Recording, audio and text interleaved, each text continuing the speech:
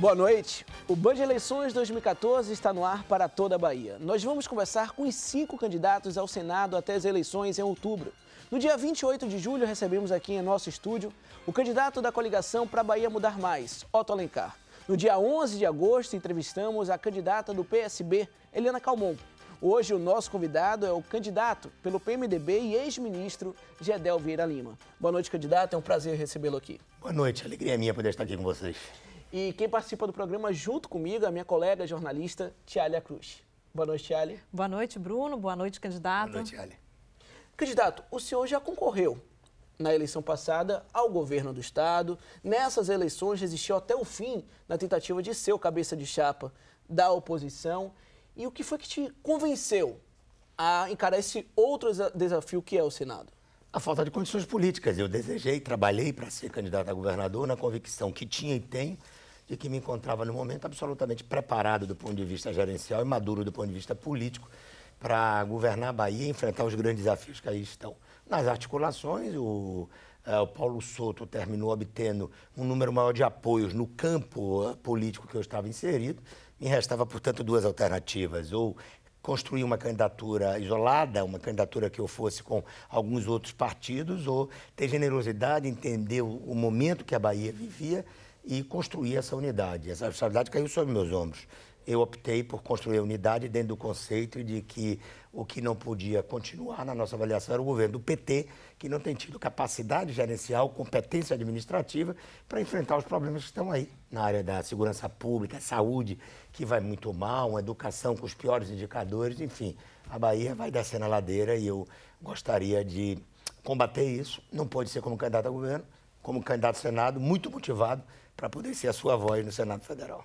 Candidato, como já foi dito aqui, o senhor concorreu ao governo do estado em 2010. Na época, o senhor era ministro da Integração Nacional durante a gestão do então presidente Luiz Inácio Lula da Silva. E aí o senhor se desvinculou do cargo para concorrer a essa vaga ao governo pelo PMDB, disputando aí com Jacques Wagner, do PT, que recebeu todo o apoio de Lula.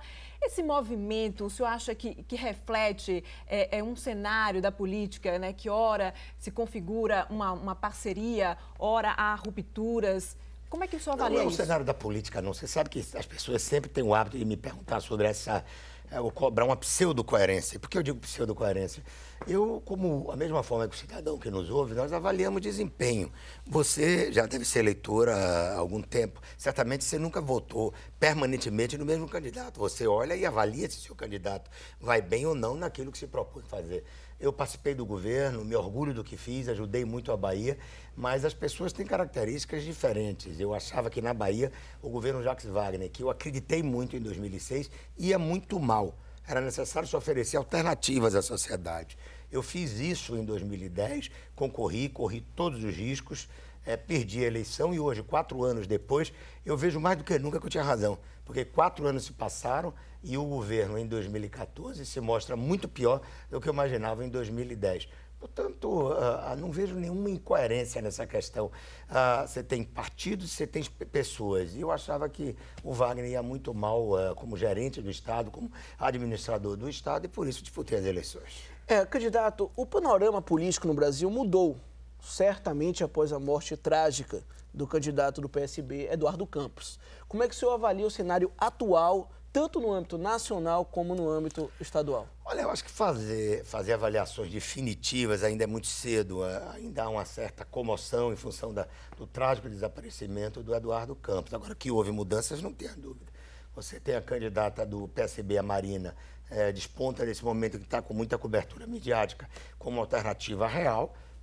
Eu não vejo que isso tenha uma influência maior num primeiro momento aqui na Bahia, mas evidentemente que nós temos que aguardar um pouco para ver com as próximas pesquisas, com a inserção da candidata Marina no programa de televisão, com os debates que vão se iniciar aqui pela Bandeirantes, como é que o eleitorado vai se posicionar.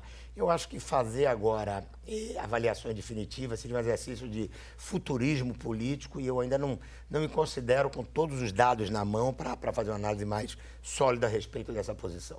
Candidato, falando um pouquinho da sua trajetória, o senhor ingressou na política, desde que o senhor ingressou na política, encontra-se filiado ao PMDB, nunca se desvinculou do partido.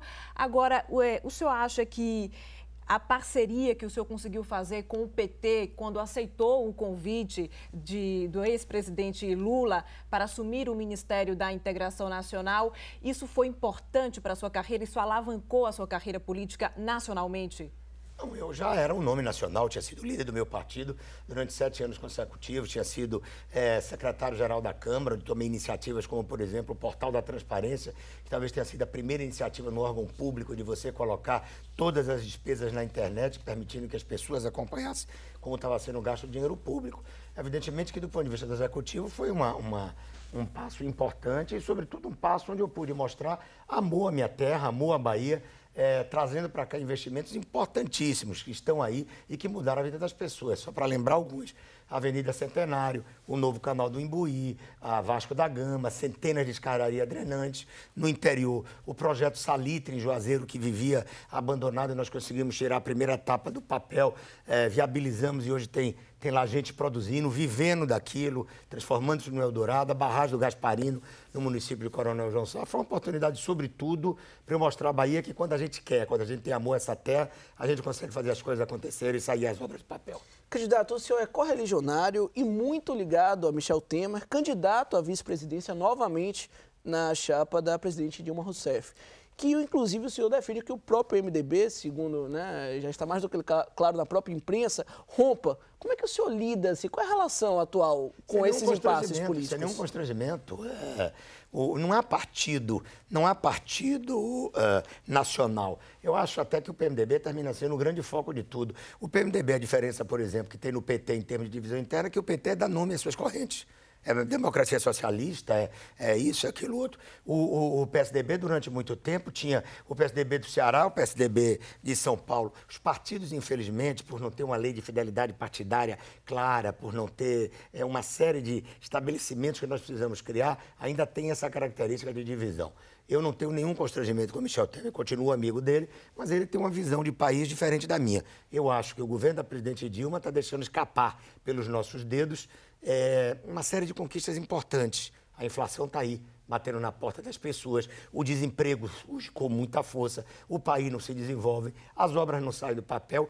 Eu acho que eu não tenho o direito de deixar de ousar ou ter medo de mudar, em nome disso que eu chamo de uma pseudo-coerência. Não dá para você comparar o que o presidente Lula fez com o que a Dilma vem fazendo. O Lula tinha essa noção, como teve o Fernando Henrique no passado, que ser presidente é, sobretudo, saber administrar, construir consensos ou administrar dissensos. Construir unidades ou administrar diferenças. A Dilma não. A Dilma vai voluntariamente, querendo ser ministra da Fazenda, ministra da Saúde, presidente da Caixa Econômica Federal, não delega e as coisas não andam. E o país, inquestionavelmente, está indo mal, as pessoas sabem disso. Eu acho, portanto, que é meu dever buscar alternância de poder, é o que eu estou fazendo. Agora, candidato, ainda abordando essa questão do PMDB, como é que a gente pode fazer o eleitor entender essa situação interna do partido, que no cenário nacional apoia a candidatura da presidente para a reeleição, da presidente Dilma Rousseff, e aqui o partido está apoiando o concorrente, Aécio Neves, do PSDB. Como o eleitor pode entender essa divergência? Como eu estou fazendo, explicando. Estou tentando explicar ao eleitor, mostrando que essa é uma divergência de visões, que o país não tem esses partidos nacionais e que, chegando ao Senado, dos compromissos nossos é exatamente lutar pela mudança desse quadro partidário. Nós não podemos ter 39 partidos políticos, não é possível não ter uma lei de fidelidade partidária, mas enquanto essa é a regra do jogo, eu estou jogando o jogo que eu acho que é melhor para o meu Estado, que eu acho que é melhor para o meu país. E frisando sempre, eu não mudo de posições para ir para governo, muito pelo contrário. Eu deixei o conforto de governos, eu deixei funções importantes, eu deixei a mordomia de ser governo, vamos chamar assim, para ir militar na oposição, defendendo minhas ideias, defendendo minhas convicções. Tudo na contramão daquilo que merece crítica, o chamado fisiologismo, toma lá da cá. Eu vim militar na oposição, deixando o conforto de ser governo. Mas essa divisão interna pode prejudicar lá no futuro, caso o senhor seja eleito, a aprovação de projetos para o nosso Estado? Não, em absoluto, em absoluto. Aí eu lhe confesso com muita humildade, mas com muita firmeza. Eu confio muito no meu taco. Eu fui deputado durante muitos anos, fui líder do meu partido durante 7 anos, conheço o Congresso Nacional, fui secretário-geral da Câmara, relatei medidas provisórias, emendas constitucionais, presidi comissões importantes com a de Finanças e Tributação, conheço o Congresso Nacional, sei como fazer as articulações e tenho certeza que, se for eleito senador pela generosidade dos baianos e baianas, eu vou honrar esse voto, serei sua voz, a voz da Bahia no Brasil, conseguindo no Senado não só aprovar importantes projetos para o Brasil, mas, sobretudo, buscando os recursos que, em parceria com Paulo Souto, se transformarão em obras importantes para mudar o perfil econômico da Bahia. Candidato, falando em Senado, caso o senhor chegue lá, quais são as suas ideias e propostas para resolver a questão da violência, que tanto tem feito vítimas e tanto tem assustado a todos nós baianos? Olha, eu tenho conversado muito com o Paulo e ele tem se comprometido a absorver algumas das ideias administrativas que eu defendia quando candidato a governador. Mas, especificamente no Senado, eu acho que o grande desafio nosso é tirar do papel, aprovar um projeto que já está lá tramitando, que teve um relatório do senador Pedro Tarque, do Mato Grosso, que é a reforma do Código Penal. Nosso Código Penal é lá da década de 40 do século passado. Antigo, não tem uma característica punitiva e esse projeto está lá, ele já avança. Ele já traz, por exemplo, um aumento nas penas dos crimes contra idosos, que está aumentando muito, sobretudo na Bahia. Ele já traz uma inovação, que é trazer para o campo penal as empresas, as pessoas jurídicas que se envolvem em crimes ambientais ou crimes de corrupção.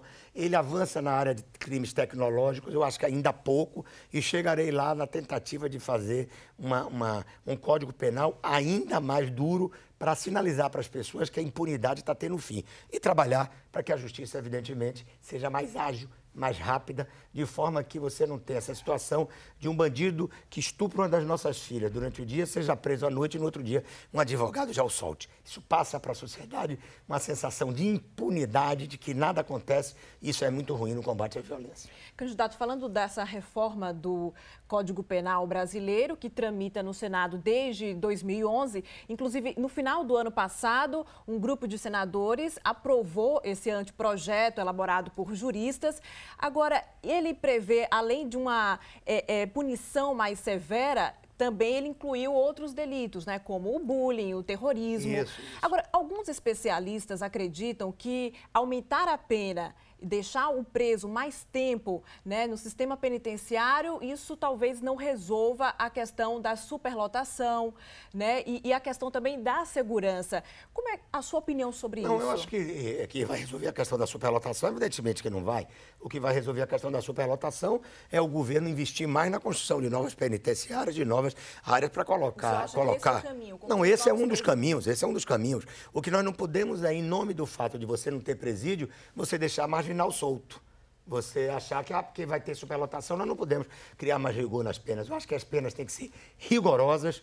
Eu acho que o marginal tem que saber que a privação de liberdade é algo que está ali e que o crime não vai gerar impunidade. Não é possível acontecer. Hoje mesmo eu vi uma cena que de noite vai estar nas televisões, uma agressão brutal a uma senhora, uma moça em São Paulo, onde um rapaz dá uma cotovelada no rosto, a moça está com traumatismo craniano no hospital e o sujeito com a prisão temporária decretada. Se não houver uma punição exemplar para uma figura dessa, outros vão achar que podem fazer a mesma coisa. Eu acho, sim, que tem que criar mais rigor no Código Penal, a justiça tem que ter mais agilidade para julgar os processos e você tem que ter, evidentemente, uma polícia aparelhada com mais inteligência para investigar, descobrir crimes e fazer o policiamento preventivo. Acho que esses são caminhos aliados a todos aqueles que os especialistas também colocam, de você dar mais educação, criar melhores condições sociais. É um conjunto de coisas, mas esse conjunto de coisas não pode abrir mão, não pode prescindir de uma legislação mais rigorosa, de uma legislação mais firme e de uma justiça mais ágil. É isso, falando exatamente de educação, que a gente sabe que é a base de tudo, que ajuda a reduzir, sim, o número de jovens que entrem aí na marginalidade. Quais são os seus projetos relacionados a este tema específico? Olha, tramita no Congresso Nacional um projeto do senador Cristóvão, que é muito interessante, que trata da federalização da carreira de professor. Eu acho que você tem que caminhar por aí, da mesma forma que nós temos que avançar também na vinculação de maiores recursos da educação. Você não pode ter mais o que nós temos hoje, a primeira infância sem um programa de creches, muitas promessas, mas não sai do papel.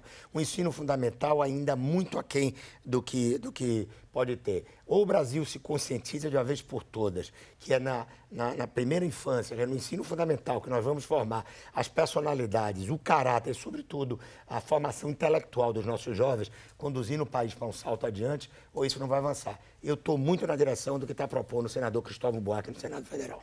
Ok, candidato, a conversa da gente continua daqui a pouquinho depois do próximo bloco.